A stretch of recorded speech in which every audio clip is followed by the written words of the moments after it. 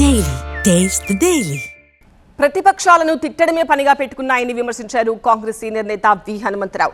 4 లక్షల కోట్ల పెట్టుబడులు తీసుకొస్తే అభినందించాల్సింది పోయి విమర్శలా అంటూ మండిపడ్డారు. మంచిని అభినందించాలి, చెడును విమర్శించాలని సూచించారు.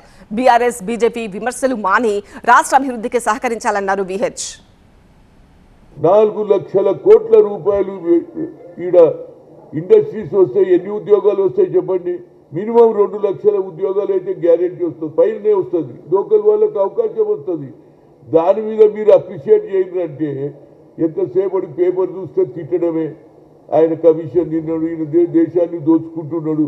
మీరేం చేసిర్రా బాబు? 10 ఏళ్లలో అప్పుల పాలు చేసిర్రా? ఆయన ఇవాళ ఏది డిపాజిట్ తీసుకొచ్చి ఇక్కడ పెడుతుంటే అప్రిషియేట్ చేయాలి కదా. మంచి పని చేస్తుంటే అపోజిషన్ ఎట్లుండాలి? మంచి పని చేస్తే అప్రిషియేట్ చేయాలి, చెడ్డ పని చేస్తే క్రిటిసైజ్ చేయాలి. అది ఏం తప్పు చేసిందని ఇవాళ రేవంత్ రెడ్డిని వ్యతిరేకంగా మాట్లాడుతున్నారు. ఇప్పటికన్నా మానుకోండిరా బాబు. సోనియా గాంధీ జన్మదిన సందర్భంలో శుభాకాంక్షలు చెప్తూ ఇలాంటి వాతావరణాన్ని తక్కువ చేయండి. అపోజిషన్ ఉండాలి. తప్పు చేస్తే మీరు క్రిటిసైజ్ చేయండి. అరే ఆయన మంచి పని చేస్తే కూడా మీరు తిట్టడం ఏంది? నాకు అర్థం కాదు. ఎందుకు ఈ బాధ?